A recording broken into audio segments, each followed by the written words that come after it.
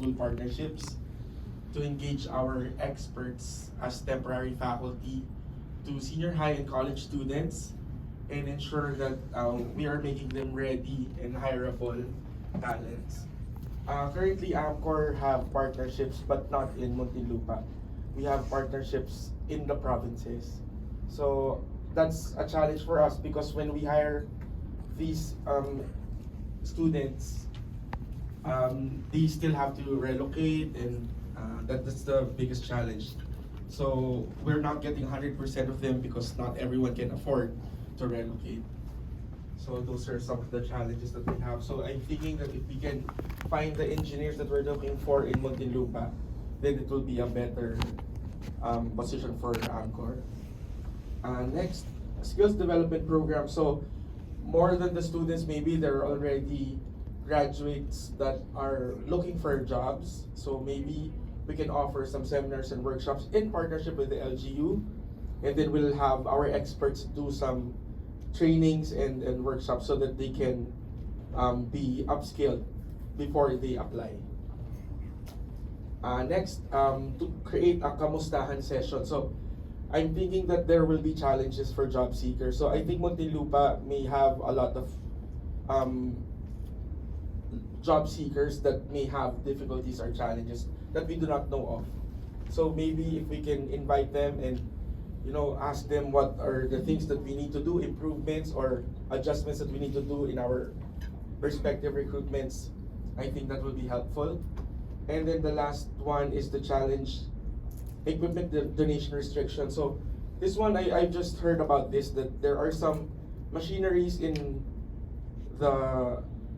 for example, in our companies that cannot be relocated to schools because there are restrictions, there are permits. And I think that for students or even job seekers to learn more about practical skills, they should really handle the machines. And if they're unable to do that, it's just purely theoretical, they will not really learn. So those are the things that I think will be helpful for us. Thank you.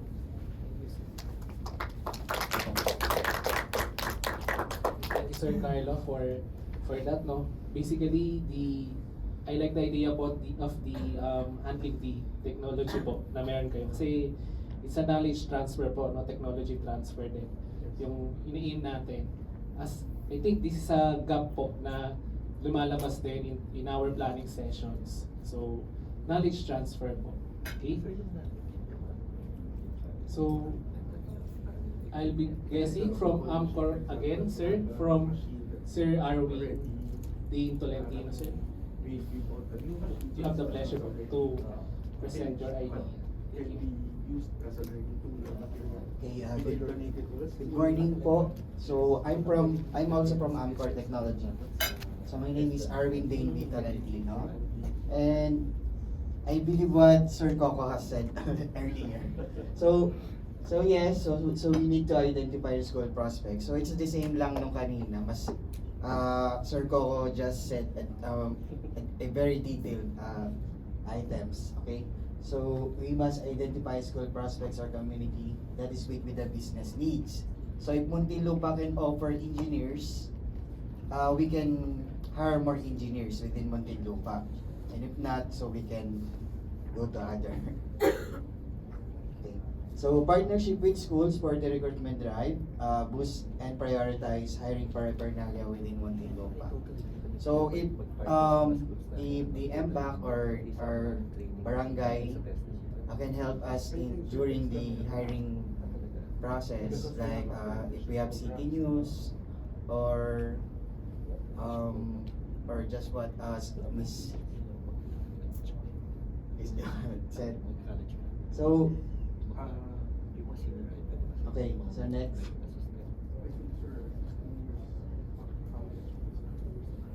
Let's start down. Ayun, so just a quick. So local government can provide assistance in strengthening partnership with schools or community through providing information regarding hiring. So yun nga, so media news and other paraphernalias. So we are just wanting to get some help during the hiring within these schools in Muntinlupa. So that's all. Okay, thank you. Thank you, Sir Arvin. And then if you have clarification po,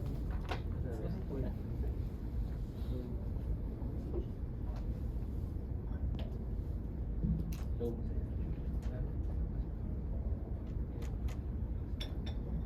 Alright, so if you have clarification po or comments with Sir Arwin's insights, so we're good po. Yan, and then we'll be proceeding to Sir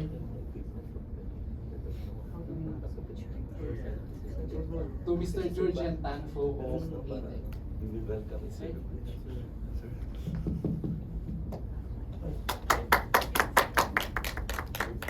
Good morning po everyone. My name is Jurgen from ATEC Innovations. I think we're the BPO from Muntinlupa. Just some ideas lang po, no? So one is about making the Muntinlupa residents competitive, not just in Muntinlupa but beyond. Because I think we should not limit it to only employment within the city. Is this perfect? Gumagana po? Yeah, it is. It is now. Okay, thank you. So first, one suggestion lang po is for for PESO to offer our applicants the ability to submit resumes electronically, right? Mga Gen Z, Gen X, Gen Y, Gen Z, mga digitally literate, hindi tulad namin, mga malapit na mag-retire, no? So they'll be very comfortable putting that in. But once they put that in, the resume can travel far and wide, right? PESO can advertise not just within Muntinlupa but everywhere. Moreover, there are certain types of employers who want digitally literate people. If you submit a digital resume, that's a plus point. So that's one. Second thing, which is also, I wanted to go beyond, is also to coach applicants on resume writings. Very often we receive resumes that are very poorly written, right? I'll say it bluntly, sometimes we get people buy forms, they fill out the resumes, which is typically what you get from people applying for lower level positions, right? Our graduates are intimidated by entering the workforce. So they go out and buy a form, fill that up, and push that in. That's very counterproductive.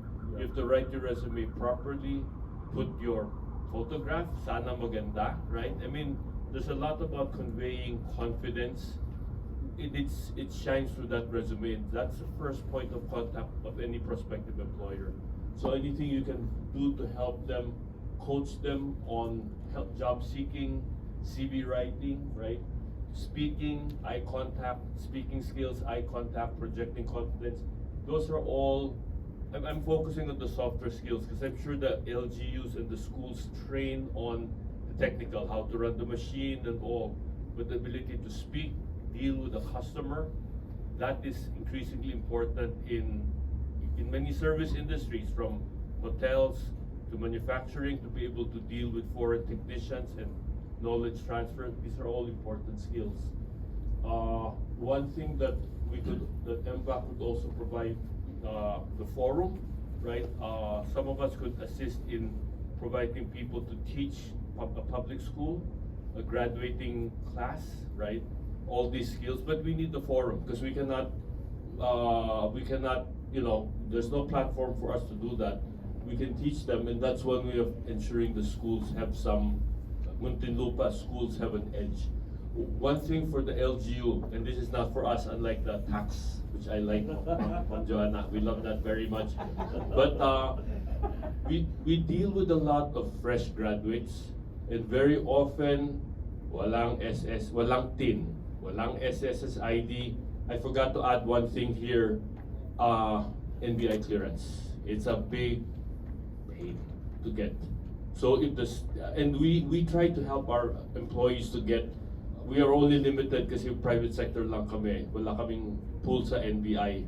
But if the Muntinlupa City Government can assist its graduates, when they leave school, dapat lahat yan kompleto na. All those numbers, they should be ready. it avoids delay in employment, and by the way, a delayed employment can cost that person his job. Readiness, both if two candidates are qualified, equally qualified, one has all the numbers, one does not. The job goes to the guy who's completely prepared. So yun na po. Those are my suggestions. Thank you.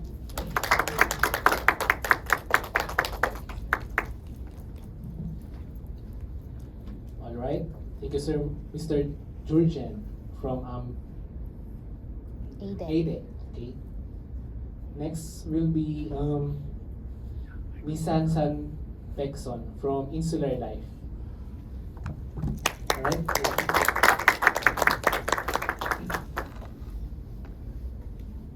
Good morning, I'm Sansan from Insular Life. So our industry is one of those which require highly specialized skills, no? Like actuarials, IT people, insurance operations people, and so on. So my suggestions are more of aligned with that. So first of all is, I guess this has already been mentioned before, to provide or subsidize quality training either in partnership with universities or training centers to residents on highly specialized skills, including IT and digital skills. So this is where we have a gap in order for us to get a bigger pool of talent locally. Next is, of course, while complying with the private details. Next is if I'm not sure as to what extent you already have this now, but to create a virtual portal where local residents or local available talent can register their information, their CVs and resumes, and make this portal available to employers while complying again with the data privacy laws. So I'm not sure how much of that is being done now. So we can just go into that portal and kind of search for talent that we need. Third would be LGU to provide venues where employers can also post job openings, no, to help us in the recruitment, like a virtual job fair, if you will, no, so that rather than just post on the usual, JobStreet, LinkedIn, whatever, you also have something for Muntinlupa. Fourth is the tax incentives again for employers who hire local talent, and lastly. Okay, this one is not really to increase employment of local talent, but really how to increase more jobs locally, which is by encouraging local companies to give discounts on products and services to people residing or working in Muntinlupa. By increasing sales, then this will actually lead to more available jobs. That's it. Thank you. Yeah, thank you. All right. Thank you very much, Ma'am Sansan from Insular Life. Okay. Next will be from our utility provider from Meralco, Mr. Matthew Dungo. Thank you po. Good morning po, I'm Matt po from Meralco.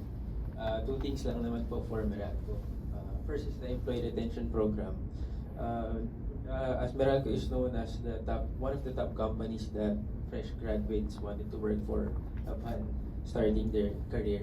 So, my suggestion is just not to focus not just on hiring, but also retaining local talent by offering growth opportunities. So, this would foster long-term loyalty. The second one is upskilling and skilling program. This would basically offer training programs that focus on upskilling and current loyal workforce to meet evolving industry needs. So this focus also on specializing certifications and more on the technical skills. And for the Mbac naman, for role, basically we could provide personnel who would set these specific programs. Yeah, thank you. Alright, thank you so much po, sir. And now for the hotel industry, no? Miss LV Sanchez Quezon to kindly present po the insights po on your ideas.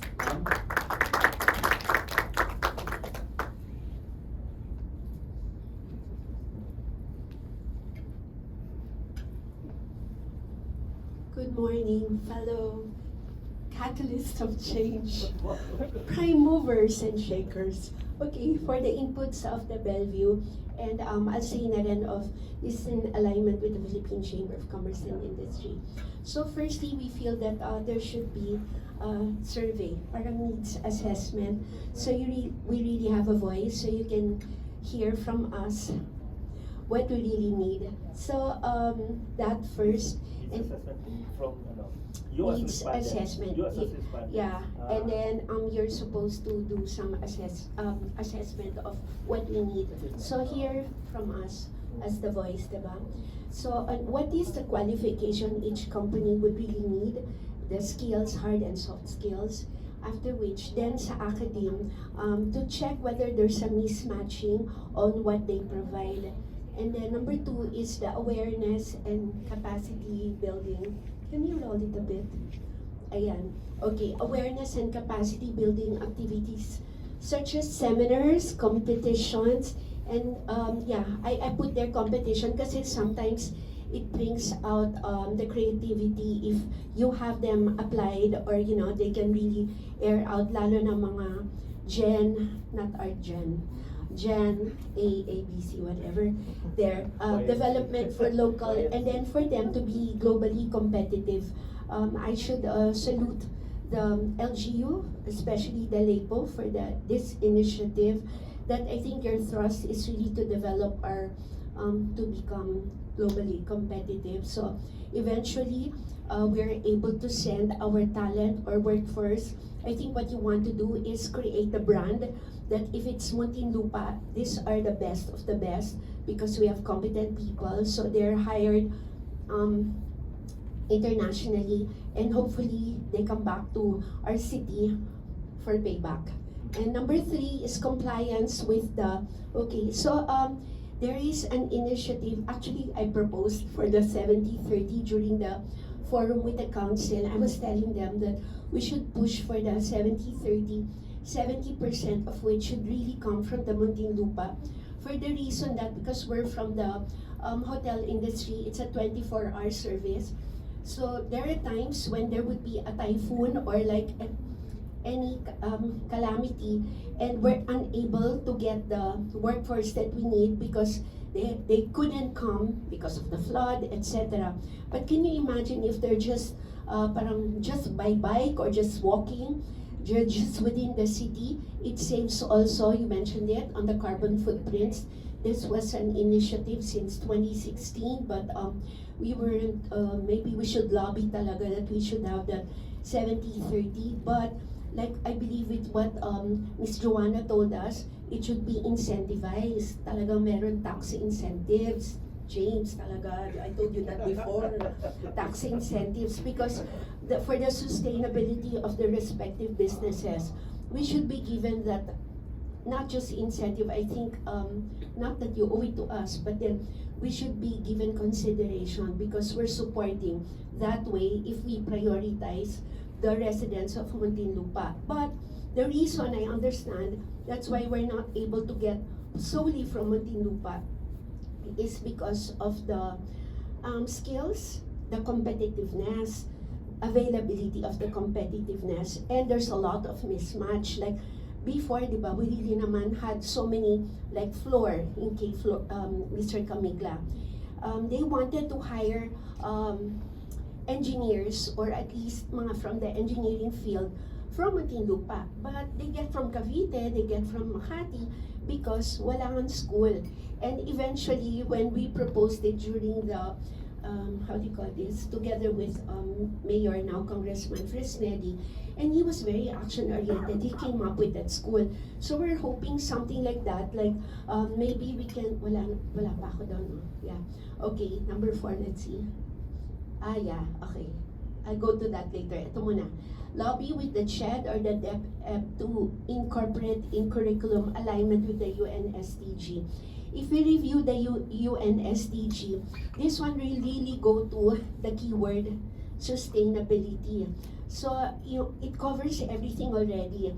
But then we have to start from a young tender age. So hindi ganun kasi yung values and focus ng kids. That's why, if not to put down naman the the generation now, just that they, ay totoo ba to, Miss Marian? Parang hindi pa di pagalitan, tapos they don't stay really after you've invested so much in the coaching, mentoring, etc., upskilling, lahat na binigay mo, promotion, salary increase, but they don't stay after you've invested so much. They go elsewhere. So, meron din something sana about value formation and embracing of, that's DEI. That's diversity, equity, and inclusivity. So, yung mga, it's the strength, the resilience, that's important. So, kaya rin siguro they're getting from outside, not from Muntinlupa. So there. And then number 5, each company, we were hoping, which I also told the council, Mr. Ampaya, the captain was there, and all others. I think AMCOR was very participative in that event. You might have heard this. I was saying that to make it mandatory, that each establishment adopt at mandatory, sabi ko, hindi siya optional. Kasi like job fair, it's optional daw. And then, I forgot the second one, but the third one was, I was saying, make it mandatory sana, that a company, let's say, kay na Miss Myra, okay, sana meron silang partner school, and they take care of that school, and then all the requirements, skills, hard skills, soft skills, that are required for future employment, young tender age pa lang na-instill na yung values or yung mga, hindi naman papakailaman yung curriculum, pero pwedeng mag-recommend ng anong dapat na kailangan. So for example, Kinder Jurgen, it's got to be about innovation and maybe AI and all that stuff. But they will partner with a school that they feel they can really coach easily. So for example, the Muntinlupa Business School or Muntinlupa Science High School, kasi innovation, di ba yun sa inyo? So they will develop them and then tell them, ito yung mga suggested curriculum so that future ready. Kasi in essence, why do they go to school? That's why they go to school is because they want to end up with a good job. But it's got to be a job that's available sana in Muntinlupa, because what we're wanting is that less carbon footprints kung wala ng mga kotse-kotse, walang traffic, ganyan. There. Haba ng sinabi ko, we'll go to, so may work immersion there. 6, partnership and collaboration amongst business sectors. I like what, was it it was Sansan that mentioned na sana may discount amongst, like for example, we go to Molito. So dahil Muntinlupeño ka, meron kang certain discount. Pwede ba yun? So gano'n, like you go, no, wait lang, Myra, if you go naman to Bellevue, we'll give you discount also. Kasi you're a Muntinlupeño, di ba? Like for the LGU, will give you a discount kasi yung gano'n. Parang we'll help each other sustain our businesses. So complementation and adding value that dovetails alliances. So the alliances, we mentioned kanina about the USAID, right?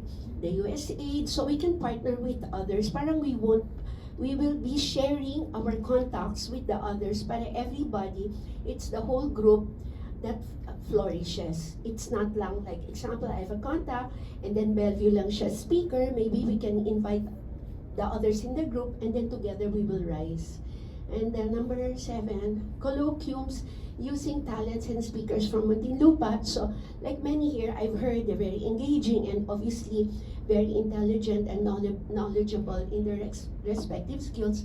Sana pakilala natin sila dun sa within Muntinlupa because we have experts, luminaries just here in Muntinlupa, and then you can always say and be proud that we're Muntinlupeños. Number 8 is LGU to come up with, ito yung gusto ko, sana merong job portal. Minention ni Jurgen yan actually. It's a combination of your idea and mine, na sana we can have a job portal. Automatically, if I'm a Muntinlupeño, like, I won't be scared, like, I might be jobless in the future. Walang worry, because I will just post my resume in the portal. And then, maraming makakakita from Muntinlupa pa lang. And then, advertising, ito pa. It's like an advertisement for all of the companies here that hopefully, James, sana, you can advertise all of our companies, yeah, through this. And then whatever activities, for example, may ginawang HR initiative yung taga Toyota. And then it's something, oh, we never tried that before. Let's benchmark, let's do the same thing to develop our talents, etc. Thank you so Thank much. you. Thank you so much, Ma'am LV. Now, can we have the next presenter? Oh, Ma'am Mavic from Bellevue. Thank you and good morning, everyone. Just to complement what Ms. Elby has shared, because we work in the same company, and also to amplify the concerns that majority of you also had raised earlier. Our industry is actually, I think our industry was the hardest hit by the pandemic, and it's good to know that your industries too were not spared as far as the scarcity of talent is concerned. Basically, like I think I've shared this with the team of Sir Jerome, that we're fishing in the same ocean, and we've lost a lot of employees to BPO industry. Some are now doing virtual assistant jobs. And just to share also that Ms. Elvis' team, sales and marketing team, it took us months to fill in the vacancies in her department. I think the last one is joining today, Ms. LB, if my memory serves me right. But anyhow, so by aligning the initiatives of the LGU with the recruitment needs of our industry, the hospitality industry, the community will be poised to address the gaps through the following initiatives, such as this one. So regular consultation with the business sector. This is actually a good avenue for us to discuss the specific needs, skills that are needed by the hotel industry. In our case, fundamentally, these are housekeeping, food and beverage, and front office, to name a few. Particularly front office because our property management system is Opera, the best in the industry. So by default, naging training ground. So they would only stay for like 6 months to about a year, and then off they go. Yes, some of them, of course, would choose better pay. They would go to the international chains. Some flight attendants. So right now, I think we have 2 positions to fill in front office. And then collaborate with hotels and tourism associations and create joint programs. I said earlier that there's actually a scarcity of sales managers, sales practitioners. So the LGU can perhaps collaborate with the likes of HSMA, Hotel Sales and Marketing Association. Maybe you can discuss with them how they can assist you in offering short courses for sales assistants, sales managers, because it is really a problem in our industry. I'm not sure with those who also require sales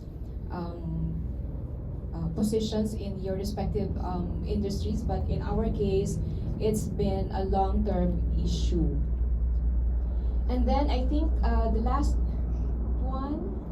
the third one is offer short course certifications like food handling, barista, front office management that are in high demand in hotel operations.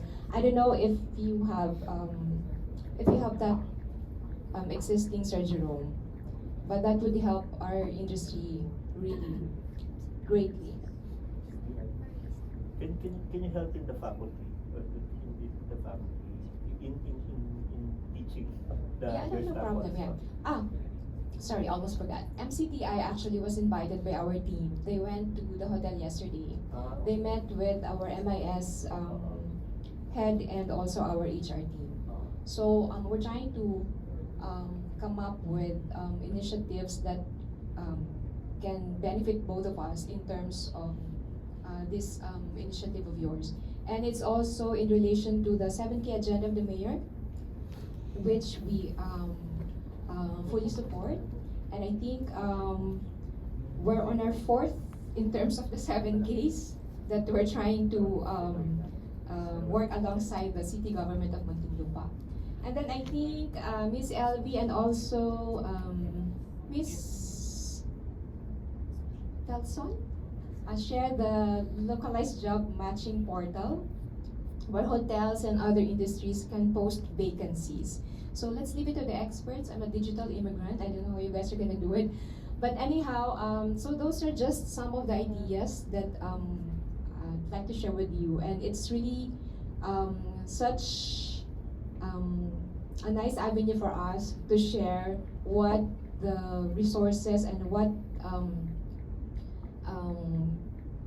strategies and initiatives the different industries can share together, so we can help our LGU and we can help the Office of the Mayor. Okay, thank you. Thank you, ma'am.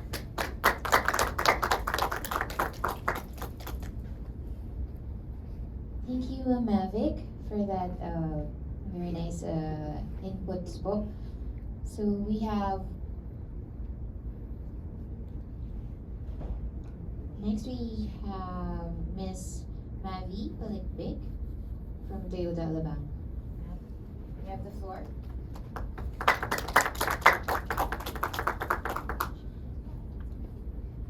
Hi, good morning. So with our HR part, mas generalized po yung nilagay namin. So one is the best activities.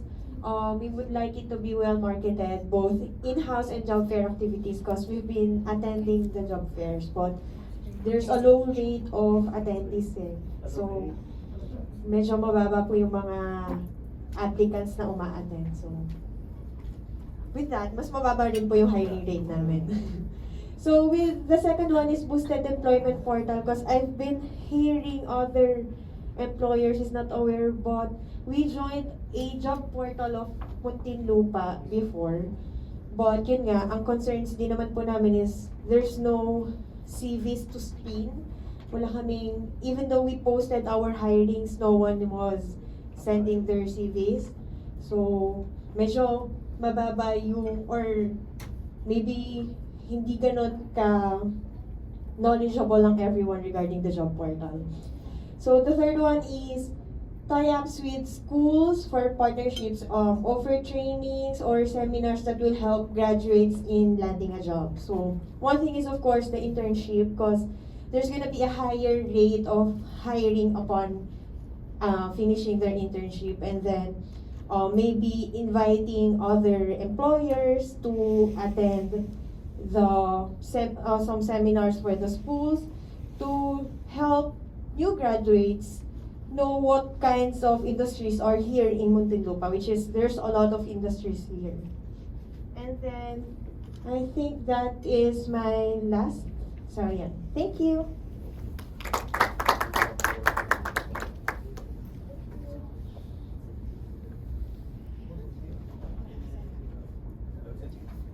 Alright, thank you so much, Ma'am Marian from Toyota.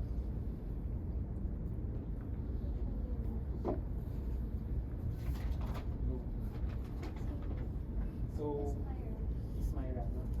Alright, we'll be having Miss Myra Brooks from Molito Lifestyle Center, ma'am.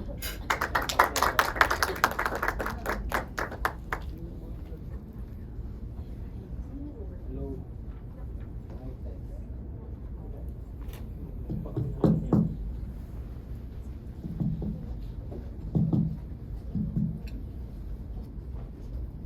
Morning, everyone. I'm Myra from Molito. So I'm the leasing manager.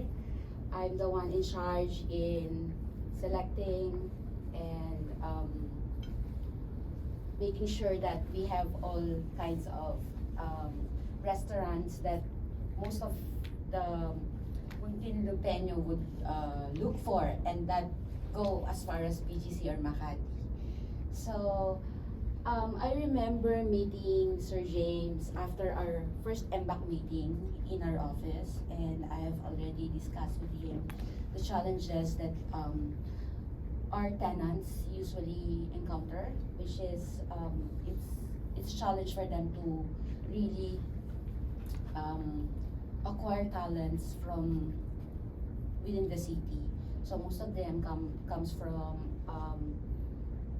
Cavite, Laguna, instead of Muntinlupa, because it'll be easier for the employer and of course the employee to be within the city lang. So the other challenge that I've shared with Sir James is that the supply of the list of suppliers that we have locally, because most of our restaurants are getting their supplies as far as Manila and the nearby provinces. So the other challenge is that we always do have constructions or renovations. So even with that source of contractors to bid, it's also hard for our tenants and ourselves as admin of the mall. It's taking us, sometimes we only call the same contractor when in fact I know there are available contractors within the area. So I'm glad that these are the issues that Mbac is trying to discuss and further develop. So since our major concern really is the lack of where to get the employees that we wanted, because our restaurants would be needing, actually we have more than 100 tenants in Molito, and each tenant usually hires 10 to 100 employees. So if we are able to collaborate with a local school or university for OJTs, which I can share with you na there are restaurants already that hires OJTs. So sometimes after their training, they get hired and become regular employees after their graduation. So I think I agree with all your suggestions, like the portal, job fairs, and of course the incentives, because our tenants would really appreciate that and will be encouraged to get local talents instead of getting it from an agency where they get talents from different cities. Thank you.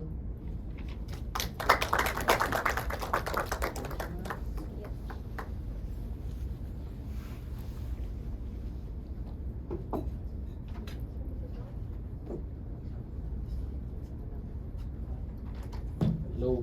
All right. Thank you so much, Ma'am Myra, for your insights. So I think we have one left po, 2% from Meralco, right? Are you okay na, sir? Or may isa pa po? Okay. Alright, I think we're done, sir, for the... nakapag-present na po ba lahat? Alright. Okay. So, we are very... Sir. Yes, okay. The concern lang. Yeah. It's quite resounding from this group that parang, as early as 2015 I was able to talk to LV, and I was asking yung PCCI why the members are not parang recruiting the locals. And well, they told that parang the schools here, the graduates from the schools are irrelevant to them. No, in other words, it's not required. The skills or the competencies of the students are not is not required by their businesses. I saw a while ago that's a good word, adapting. Is everyone here open to adapting a certain palang learning institution in Muntinlupa? When you adapt, parang you help in the design of the curriculum, and later on siguro part of the yung teaching is everyone here open to that? Open din. I think that would be easier to hire future. Kaya nga sabi ko nga, why don't you hire your future employees by joining Pamantasan before? Kaya nga sabi ko sa kanila, why don't PCCI members join the faculty of Pamantasan to train or to educate your future employees? Kaya kung ganun sa kanila. And open naman sila, pero but this time I think maganda yan, adapting, parang you'll be somehow responsible to absorbing the graduates of the institutions. And is everyone open to it? Okay po ba yun? And another thing, yung immersion, open po ba kayo sa immersion? Yeah. Ongoing right now? With what particular Well, the schools would email us directly. Are these schools from Muntinlupa? I think some, but majority from Lasal. Yeah, oo. Like, Is it? we would have 40 to 60 at any given time. Kasi immersion is a good way to to give the students an idea on what the business is doing. Diba? It's an easier way to equip them with of course, first of all, the idea, and then later on perhaps develop the skills needed. Do you have programs on immersion? Is everyone here? Internships. Internships. But when you say internships, what are these? Are these college graduates or ano? Graduating usually. Graduating. Yes. So At talagang least 600 hours. Oo. Is 600 hours enough? Yeah. Okay. I see. Yeah. Yes, Ma'am El. The Lyceum College and the STI, they're open to having their first year freshmen. And why they do that from freshman and then the second year also, having a work immersion or a school immersion rather, is because they wanna see whether they like the feel of working in a hotel. Kasi it's really a service set, di ba? So, willing ba sila that after they graduate, they're going to, kasi mahirap yung service. Kasi di ba, the others, they Yeah. to be managers immediately, but you start from, you rise from the ranks. So, they start from freshman. And I think that's a better curriculum. Kasi it doesn't have to be a lengthy one. The period can be just shortened. It's more of them to feel what it is. So they have theoreticals and then the application, first year pa lang. So now, we just spoke with Lyceum and STI and they like the idea. Para they can shift if that's not for them. Kasi a lot of patients, yun naman the values eh. So we would get inquiries from schools as far as people. Talaga? Layo, no?